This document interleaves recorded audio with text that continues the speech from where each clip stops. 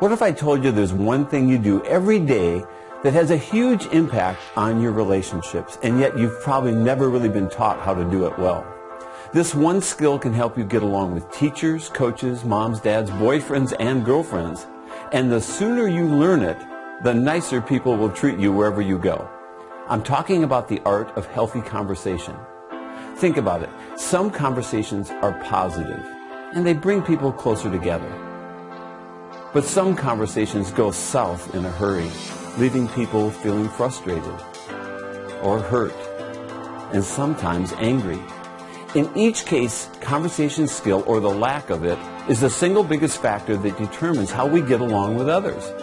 So let's take a look at what's going on in your conversations. Good relationships need good conversations. When a relationship doesn't feel very healthy, it's probably because the conversations aren't healthy.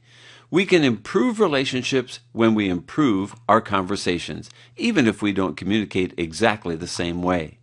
To do this, we have to understand what a healthy conversation looks like. It exists in the middle between two unhealthy extremes. One of them is called conversation fight. It's a form of verbal violence. The other is conversation flight. It's a kind of verbal silence. It usually begins when someone starts to give a lecture or dominates a conversation by trying to control it. This usually gives way then to name-calling and attacking. And it sounds like, you should have, you're supposed to, what's wrong with you, here's what you need to do, you are such a... And of course, you're wrong.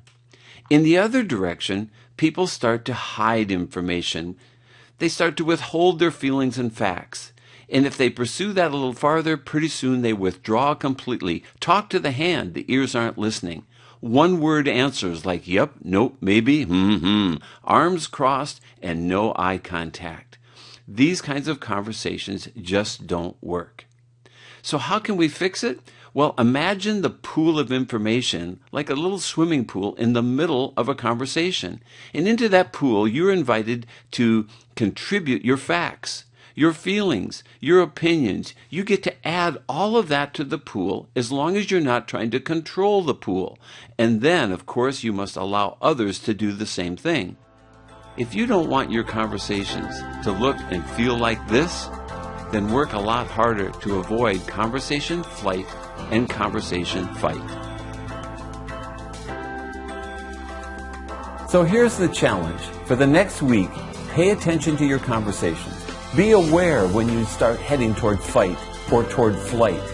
Do your best to add information to the conversation pool without trying to control the outcome. And then just see how well you get along with everyone in your life.